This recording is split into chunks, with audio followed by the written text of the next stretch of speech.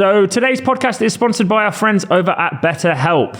That's right. It's an online therapy service. And how I like to think about it is this. If you had a car for the rest of your life, how would you treat it? You'd look after it, wouldn't you? You'd make sure it's doing all right if you couldn't get rid of it. And that's exactly how you should be treating your brains and your mental health.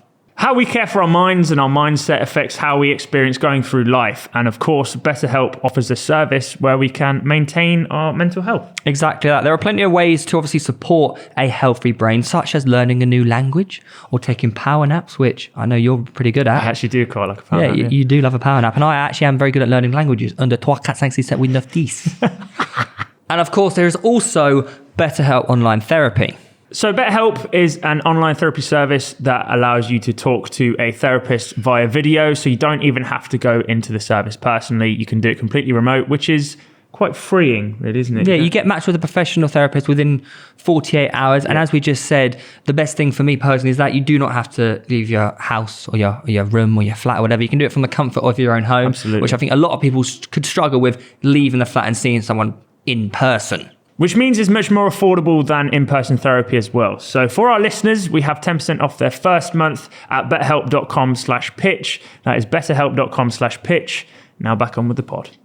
Ladies and gentlemen, make sure you are following us on Apple Podcasts and Spotify. Give us a 5-star rating. It massively helps us out. Enjoy. United did beat Liverpool. Thoughts on that match, Chaz? Mate, buzzing, to be fair. As I said, I predicted a 3-0 Liverpool win. And it was a really good game, to be fair. And I think the main thing was obviously that it wasn't, because you can win and play rubbish. I think it was the fact that there was actually some fight and a good performance, which is the main thing. But again, we can go and play, Southampton next Saturday or whenever it is. Lose. And yeah, it can go back to square one because you tend to turn up in the bigger games.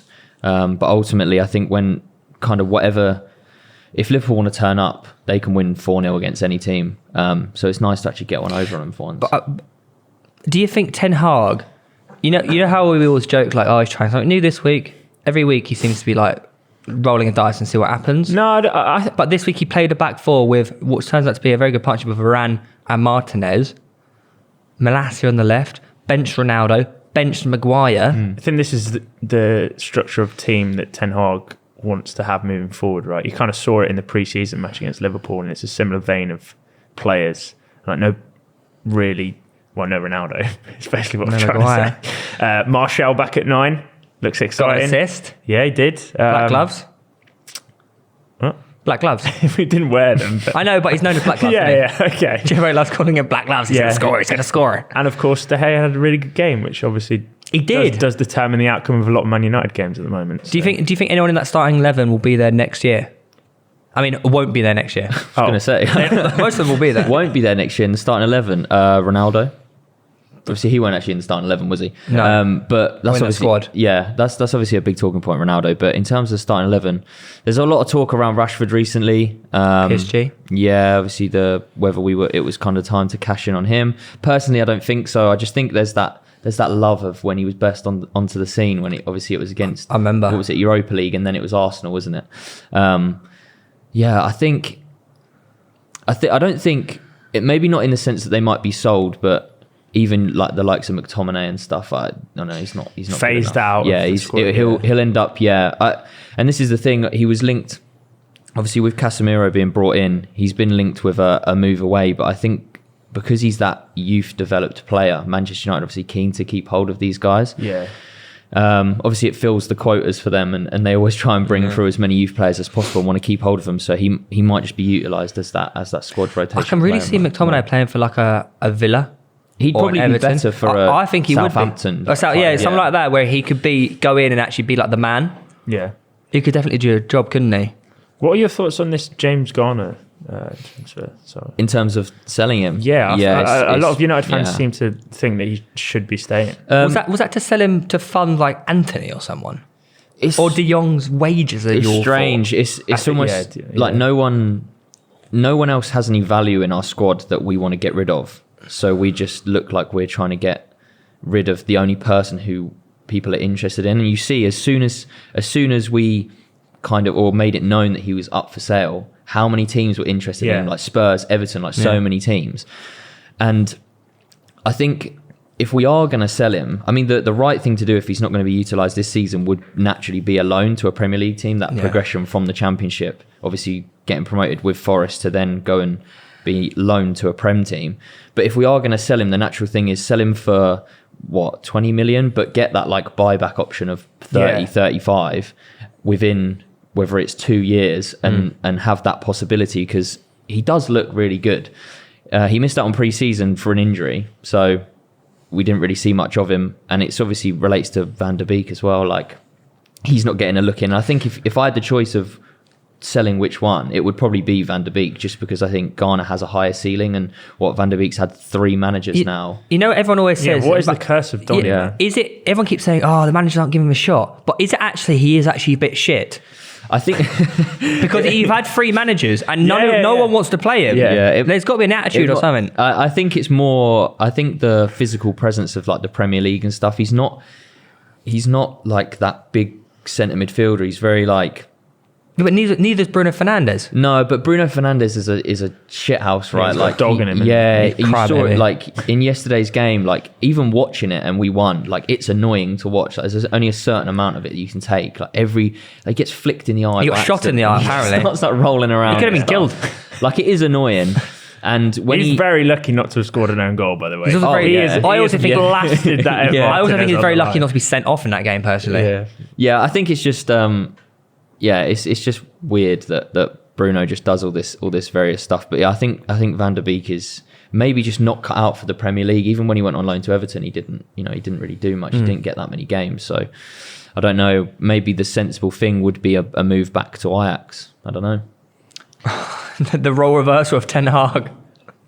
Taking all the Dutch and then giving them back. Yeah. But that's what I don't understand, because obviously they've got a really good relationship, and Ten Hag knows Donny incredibly well, like to the degree where they were pretty big in terms of partnership to the semi-final against Tottenham in Champions League, and now just doesn't even seem to want to play him. Yeah, some players just work well in like certain systems and with like other players around them. Like I imagine Van der Beek when he had like, who was it, like Tadic and obviously Frankie de Jong and stuff behind him. Yeah, so if Ten Hag would have got Frankie, do you reckon Donny gets more game time? Possibly, but then you just look at, obviously again the Premier League is such a different league, and I think obviously we were obviously 4-0 down to Brentford, and when you drop McTominay and you look at the bench and he's the one that you bring on because we're getting bullied, and the only reason we're bringing him on is because he's going to win a few headers and kick a few people. Like that isn't what you should be looking at when you go to the bench.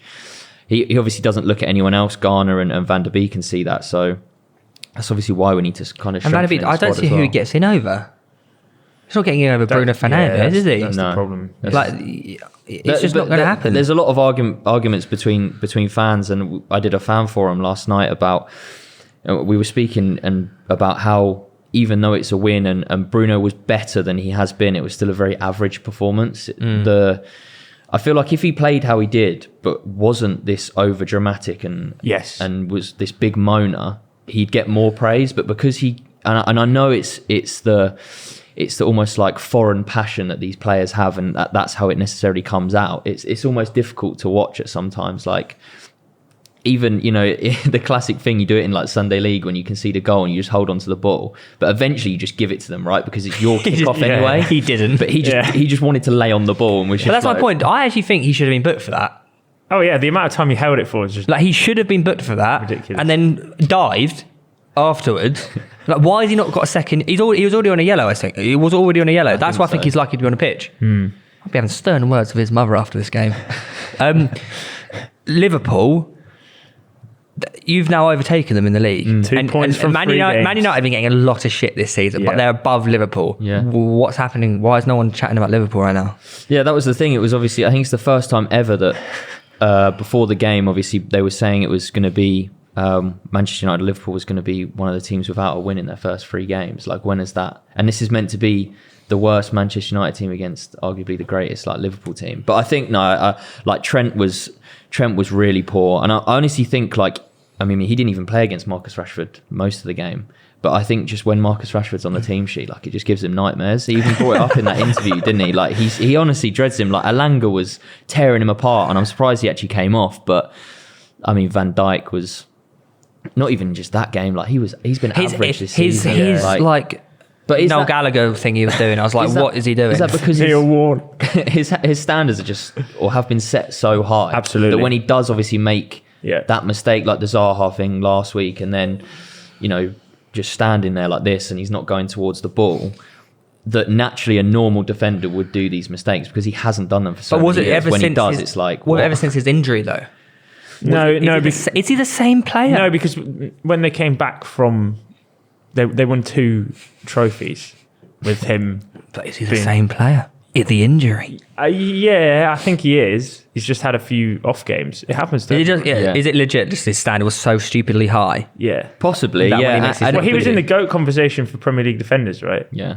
It's not just him though, right? Like the whole team, the whole Liverpool team is underperforming. Like, yes, you could probably get away with if he made a few silly mistakes, but if they were scoring goals, it wouldn't matter. Like they're struggling to score goals as well. And they've got a real lack of depth in that Liverpool team at the moment. Their midfield is looking shaky. Shit is what I was going to say. or shit. Do you think this is a? We've talked about it a lot of times in the past. We always say like Liverpool, they have like 3 years of good. Maybe 4, and then they have a lull year. Like a year off. Is this their year off, or do you reckon they'll come back stronger? No, I think, again, it's a long old season, isn't it? I think they'll still finish comfortably within the top 4, second, third. It depends. Like Arsenal, even Spurs, like looking, like pretty decent. But, there's swings and roundabouts throughout the whole season. You look at, obviously, Arsenal last season, 3 games without a win, and then come back and obviously... Almost get third. Yeah, like it's almost as if he worked there. But yeah, no, like it could be the same with United. You never know. Like things. Even do you remember when we were at #United? We went 4 games in that first non-league season. We didn't win a game, and then went on to win the league. I remember that really well. He has no idea. I have no idea. we went 4 games without winning a game. We lost 2 and drew 2, and then went on won like 15 games in a row and won the league. Like anything, it's too early to predict, isn't it? There's so many things. Here's a can question happen. then: how long before Liverpool start winning consistently until you go, actually they're not in the race anymore? Oh, they've got to start picking up points. Like if they lose to Bournemouth, that's what I'm saying. Are they out of the race? That can't happen. How many more games? They get 1 win out of the next 3. Here's one for you. If they lose to Bournemouth, are they calling for Klopp's head? You know what? Someone on TalkSport went Klopp out, by the way. Really? Someone rang in and went, and they also said, "Get Trent away from my club." Like he's Trent. Shut up! I can't remember which way it went. I think someone called in and went, "We need to cash in on Trent. 60, 80 million needs to go. Can't defend." And then it was the next caller was, "Klopp needs to go." Like it's but these deluded Scousers. Yeah, it's crazy. I don't even think they were Scousers. Calling up as a pretending boys. Hello there. How weird are lads? No, it's Newcastle. Every time, every accent so far, it just goes to. I think Trent is going through a bit of a personal dilemma at the moment. There are murmurs about what's going on, and I think knees in his head. I will confirm nor deny. I think Trent is a lovely chap, and he just needs a few weeks just to settle down. There's obviously something going on in his personal life which is affecting him, I think, because he's looking a bit shallow, a shadow of his former self. But considering he's playing for a World Cup place as well, like this is not a good. With how many right backs we have, like Walker, Tripp's absolutely tearing up as well. Reece James, exactly. There's a lot of defensive competition for England. Yeah, we're looking bloody good. Do you think Liverpool missed Darwin Núñez yesterday? Is Firmino just like now basically just like a sub, probably going to get sold in the summer?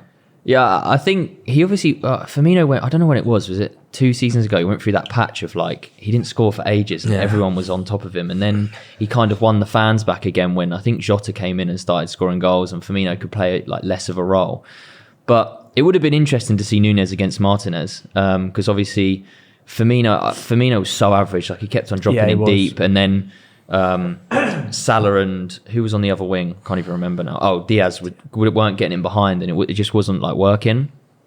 So yeah, it would have been interesting because obviously it would have been a physical battle. But again, I think now the same thing with Martinez. Obviously, he's going to get targeted against these teams who play the long ball. But now you've seen Núñez's reaction to, was it Anderson or the Palace centre back? People are just going to do that, right? Like they're just going to get in his head. And And I honestly wouldn't be surprised. Obviously, he's got a 3-game suspension if he doesn't play for a longer period of time, just as like a statement from Klopp. Like, again, I've seen loads of tweets saying I wouldn't be surprised if Klopp goes and signs like 1 or 2 more people as like a.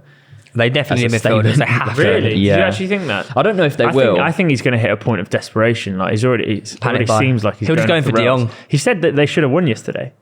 Yeah. Or they ran out of time, I think it was. He does. He comes up with at the end of the game. I ran out of time. Yeah, at the end of the game, he's like, yeah, we were really putting pressure on, but unfortunately the game ended, so we didn't win. All right, well, nice one. That's kind of how football works, mate. He does come up with some dodgy stuff. Didn't he say in pre-season that the new signings were tired or something? I think when Man United beat him 4-0, really? The new signings were tired. They've been travelling all the way to, where was it? Thailand? Yeah. Where was the game? Yeah, or Perth, I don't know, somewhere like that. It was Australia. Yeah, one of them. Maguire, Ronaldo. In a week and a half time, Ronaldo's going to release the interview. Yeah, conveniently when the transfer window ends. What do you think that's like? Do you think it's just a hit at newspapers or United or Glazers? I think and Bruno came out and I don't know if it was an interview or something, but he came out and said that he knows what's going on with Ronaldo. He just won't say. So I think it's very telling. I think he will go. Whether it's like a mutual termination of his contract, which I don't think would make sense. Like, why would you go through this whole transfer window of knowing you're, the greatest player that ever existed on the planet is wanting to leave, and you're so adamant on not letting him go for whatever reason, whether it's financial, shirt sales, etc. And now when it gets to the end of the window, you're just like, oh, see you later. Like it doesn't make sense. But I don't know whether he'll find a suitable club. I don't know. It's a difficult situation. But we said this yesterday. We're no body language experts, but on the bench yesterday, he looked like he knew he was going to have to stay because he was so dejected and within himself, almost annoyed that he's like on the bench at Man United. If you were leaving, or like that you're leaving soon, surely there's an element of like, I don't really care. Yeah, but I don't know. He was sulking, if anything. Yeah, there's so many stories that come out about Manchester United and Ronaldo. It's difficult. Like, there's no smoke without fire, obviously, but I think Fabrizio Romano's always said about how professional and stuff he is on the training ground. And I mean, even when he went over to Roy Keane before the start of the game, and Roy Keane was saying, "Oh, you're on the bench," and he was like, "What do you want me to do?" Like, I don't know. Ultimately, I think if he stays, it's only a positive thing, kind of no matter how you look at it. But it's a tricky decision because do you sacrifice arguably the team that plays the best and put Ronaldo in, reality, or right? Do you keep him on the bench and play a bit? I don't know. You can't imagine Ronaldo being a bit part player, can you? Like, it's not even a... What about Maguire? Obviously, you drop Maguire, play a back four, and somehow you actually look defensively sound. That was his best performance of the season, by the way, sitting on the bench.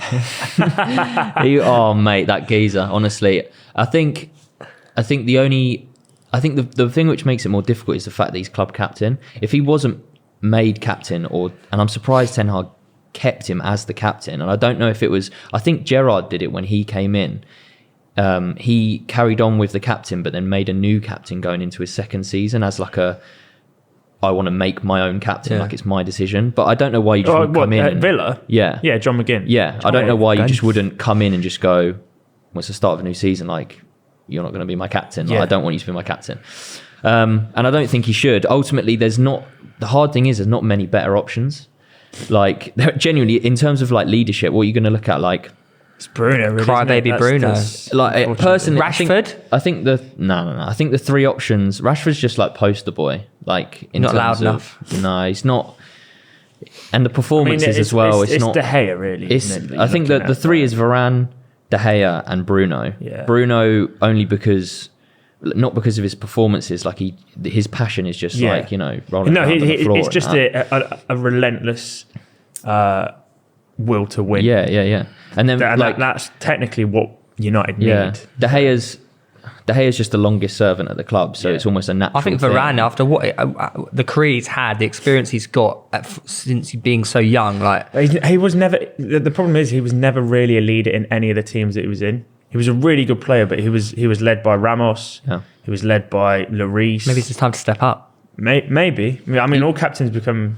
Yeah, you never know. Right? Like Casemiro, not now since he's joined, but like that could be a good season shout. or something. Casemiro as a captain could be a good shout. Yeah, or I don't know. There's just lack of leadership within Manchester United from top to bottom at the minute. So it's obviously a difficult thing to kind of, even think about. But Maguire's just not a Manchester United player. Ten Hag said he wanted agility in the centre back, so I don't think Harry Maguire's very agile. No, he turns like a 4x4. Our thoughts are also with Jamie Carragher, getting blanked by Ronaldo. Got aired by Ronaldo, didn't he, pretty much? RIP Carra. From the top to the bottom though, Glazer's out. That empty stadium didn't look very empty yesterday. No, and the thing is, the empty stadium was very much a Twitter thing. Yeah, it's an echo such a chamber, bubble, isn't it? We realise Twitter's such a bubble. It was very much like a bunch of people who were actively staying at home and were never going to the game, just using the hashtag empty Old Trafford. And I think it wasn't even spelled correctly, by the way. It was missing an F. Was that actually? Yeah, it was spelled Old Trafford with one F. Oh God, so that shows. Yeah, it really did. But I think it's actually unfair to even kind of suggest that, just because Manchester United is such a global like fan base, right? We've got people coming over from like Asia, Australia, all these different places, and you expect them to leave. It might be their only game that they get to see in like 10 years. Like it's not, with it being Liverpool as well. Yeah, it's like not. It's not global. Fair, and that's why the protests were obviously put forward as peaceful, and we didn't want a repeat of last season when obviously it was off the back of the Super League stuff, and when the game got cancelled, because obviously Jurgen Klopp was saying about that as well, wasn't he? About he wanted the points. I bet he wish it did now. Yeah. Imagine that. You just pick up points through like a flipping DNF game, right? I want to touch on this because I saw it on Sky. You know how... Well, we basically got Liverpool and Man United's first 11 for when Klopp took over and when Ten Hag took over. Mm-hmm. And obviously, when Klopp took over, he finished 8th in his first season. All right, which is shit. Who has the better starting 11 for their first game in charge? Jurgen Klopp's starting 11 for Liverpool was this: Mignolet in goal, Klein, Skrtel, Sacco, Moreno, Lucas, Emre Can, Coutinho, Lana, Milner, Origi. Ten Hag's is David De Gea, Dalot, Maguire, Martinez, Luke Shaw, Fred, McTominay, Bruno Fernandes, Rashford, Sancho and Eriksen. Who's got a better starting 11 under their first game? That's not a real question, is it? Surely. Can't be. That's not a real question. Whose is it? Well, Klopp had Milner at left wing. Yeah. and you're asking me whether or not Bruno Fernandes, Sancho and Rashford are better than Lallana, Emre Can, unlucky Lucas Leiva and Origi. What, Moreno at left back? Better than Luke Shaw? Probably. Well, it's Ten Hag, isn't it? Mignolet better than... I think, look, you've got to remember, like one of these is probably 400 million plus pounds, and the other one is but here's 50 my point. mil, if that. To go forward, you don't have to go backwards. And they're very much going backwards at the moment. If Klopp can do what he did with Liverpool, with that team when he inherited, what can Ten Hag do with that team inherited at United? But that's not the real question, because Klopp actually started seeing success when he brought in the likes of Salah, Mane. He wasn't winning stuff with that's my point. Milner at left wing. So what are you saying then? So they don't have to go backwards to go forwards, is what I'm saying. They have an amazing squad already. They just build upon it. They need to filter out the weak. Yeah, okay, so who in this Ten Hag first ever Man United 11 do you remove and replace with other people? Dalot, Maguire, Fred, McTominay, Rashford. I mean, it's not that exactly. It's not that far away from being a title contending squad on paper. Who are you going out and replacing Dalot with? Hector Bellerin. Brilliant, right? Okay. Mukiele, who's just signed a new contract, didn't they? Yeah, that works. There's plenty of right backs out there who you could lock and sign, and we did this recently, I think, when we chose players to sign. Mukiele. I don't think we did.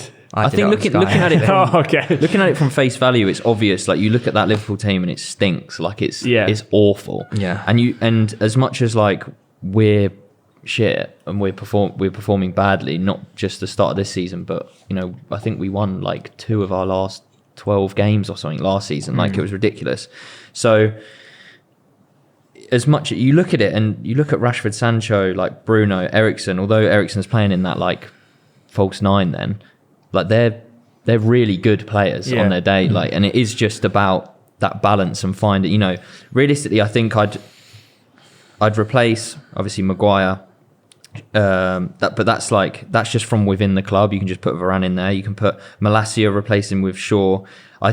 Arguably, if we can't buy another centre midfielder, I'd keep Fred with Casemiro because they play at international level. I know it's different football, but I agree. I think Fred becomes better alongside. Yeah, him. I really rate Fred personally. Yeah. He's a lot. I think we have this debate all the time, but he offers a lot more than McTominay. Like McTominay is very much a ghost, and even when we played well yesterday, like he can almost escape the pundits, and the pundits don't really get onto his back, but us lot getting onto his back because what did he do? Like, he didn't do anything, did he? He literally played like one through ball to Bruno, who then cut it back or slid tackled back to Elanga, and I think he obviously hit the post.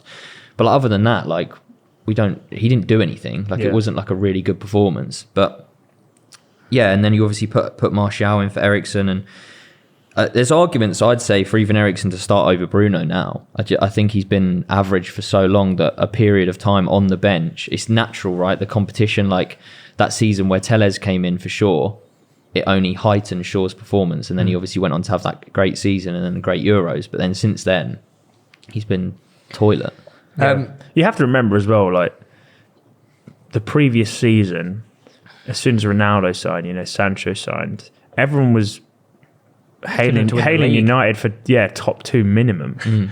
So this is not really much has changed in terms of personnel, and yet just because of the results of last season, we now think that they're nowhere near top four quality, but they are. Mentality, there's such a big thing within sport. Football's a confidence game. And, like if Ten Hag gets them ticking, they're going to be dangerous. But you can see that within Sancho and Rashford, like when they get on the ball, a little bit less so last night, but when they get on the ball, like Rashford used to be this guy that used to run at people and wasn't scared. But when they both get the ball, it's like they're almost a bit like Jack Grealish last season as well. They're just scared to like make a mistake, so they're just more comfortable passing back to their right back or left back, whichever side they're playing on. So and Grealish even admitted it, didn't he, in an interview with Roy Keane, saying that he was being a bit nervous and a bit tentative. So I think it's only natural that confidence builds